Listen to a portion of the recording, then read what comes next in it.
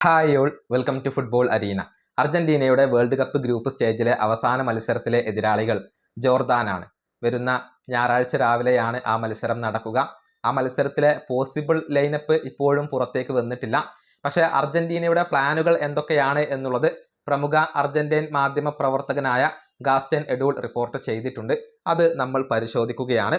ഒന്നാമത്തെ അപ്ഡേറ്റ് അത് നിക്കോളാസ് ഓട്ടമെന്റിയുമായി ബന്ധപ്പെട്ടതാണ്. അതായത് അടുത്ത മത്സരത്തിന്റെ സ്റ്റാർട്ടിംഗ് 11-ൽ നിക്കോളാസ് ഓട്ടമെന്റി ഉണ്ടാകും എന്നാണ് ഗാസ്റ്റൻ എഡൂൾ റിപ്പോർട്ട് ചെയ്തിട്ടുള്ളത്. സെന്റർ ബാക്ക് പൊസിഷനിൽ സ്റ്റാർട്ട് ചെയ്യാനുള്ള ഒരുക്കത്തിലാണ് ഓട്ടമെന്റി ഉള്ളത്. അപ്പോൾ ആര് പോകും എന്നുള്ളത് വ്യക്തമല്ല. പക്ഷെ മിക്കവാറും ക്രിസ്ത്യൻ റൊമേറോ പുറത്തിരിക്കാനാണ് സാധ്യത. കാരണം കഴിഞ്ഞ മത്സരത്തിൽ ഒരു ഡിസ്കംഫേർട്ട് ക്രിസ്ത്യൻ റൊമേറോ കാണിച്ചിരുന്നു. പിന്നീട് അദ്ദേഹം കളിക്കളത്തിൽ നിന്ന് പുറത്തു പോവുകയും ചെയ്തു. അതുകൊണ്ട് തന്നെ സ്കലോണി റൊമേറോക്ക് വിശ്രമം നൽകാനാണ് സാധ്യത. നിക്കോളാസ് ഓട്ടമെന്റി ആ സ്ഥാനത്തേക്ക് വരും എന്നാണ് ഇപ്പോൾ പ്രതീക്ഷിക്കപ്പെടുന്നത്.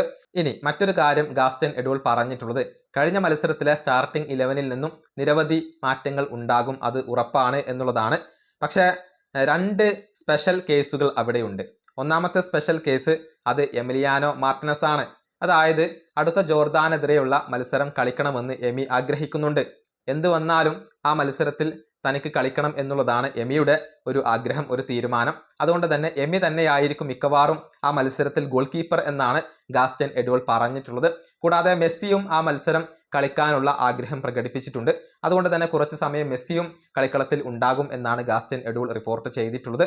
മെസ്സി സ്റ്റാർട്ട് ചെയ്യുമോ അതല്ലെങ്കിൽ സെക്കൻഡ് ഹാഫിൽ പകരക്കാരന്റെ വേഷത്തിൽ വരുമോ എന്ന കാര്യത്തിൽ വ്യക്തതകൾ ഒന്നും ലഭിച്ചിട്ടില്ല. പക്ഷേ ആ മത്സരത്തിൽ മെസ്സി കളിച്ചേക്കും എന്നാണ് ഗാസ്റ്റൻ എഡൂൾ റിപ്പോർട്ട് ചെയ്തിട്ടുള്ളത്. പൂർണ്ണമായും മെസ്സിക്ക് വിശ്രമം ഉണ്ടാവില്ല. ആ മത്സരം കളിക്കാൻ മെസ്സി ആഗ്രഹിക്കുന്നു എന്നുള്ള റിപ്പോർട്ട് ഇന്നലെ തന്നെ പുറത്തേക്ക് വന്നിരുന്നു. ഇനി മറ്റൊരു അപ്ഡേറ്റ് ഹൂലിയൻ ആൽവരസുമായി ബന്ധപ്പെട്ടതാണ്.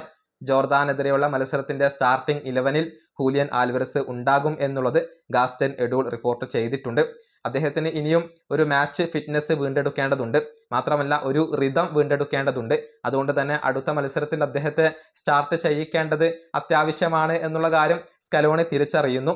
അതുകൊണ്ട് തന്നെ അദ്ദേഹം അടുത്ത മത്സരത്തിൽ സ്റ്റാർട്ട് ചെയ്യും എന്നാണ് ഗാസ്റ്റൻ എഡൂൾ റിപ്പോർട്ട് ചെയ്തിട്ടുള്ളത്. കൂടാതെ യുവതാരങ്ങൾക്ക് കൂടുതൽ അവസരം നൽകാൻ ഇപ്പോൾ സ്കലോണി തീരുമാനിച്ചിട്ടുണ്ട്. നിക്കോ pass, Valentin Barco, Giovanni law ചെൽസോ, Marco സെനസി, Giuliano Simeone, അതുപോലെ തന്നെ ഫ്ലാക്കോ ലോപ്പസ്, ഇവർക്കൊന്നും വേണ്ടത്ര അവസരങ്ങൾ ലഭിച്ചിട്ടില്ല.